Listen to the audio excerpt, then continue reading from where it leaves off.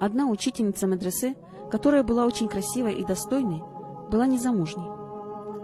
Однажды коллеги по работе ее спросили: «Почему ты не выходишь замуж, хотя очень красива и воспитана?» В ответ на это она рассказала следующую историю. Была одна женщина, и у нее было 5 дочерей, и она была в положении на 6-го ребенка. И ей пригрозил муж, что если она и в этот раз родит девочку, то он избавится от нее. И получилось так, что родилась девочка.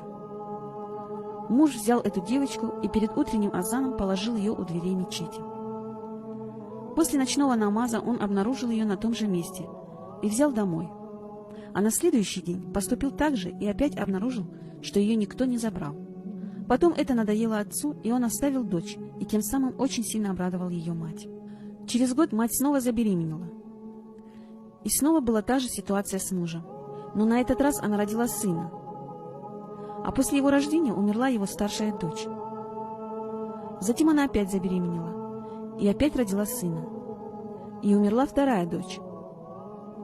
Так родилось 5 сыновей, и умерло 5 дочерей. И из дочерей осталась жива только 6-я. Затем умерла мать, а сыновья и дочь выросли. «А знаете ли вы, кто эта 6-я дочь?» — спросила учительница. «Это я. И я не выхожу замуж, потому что мне приходится каждый день ухаживать за отцом. А мои братья, некоторые из них навещают его раз в месяц, а некоторые раз в 2 месяца.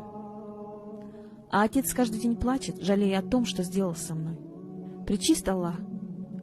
Как удивительно он распорядился!»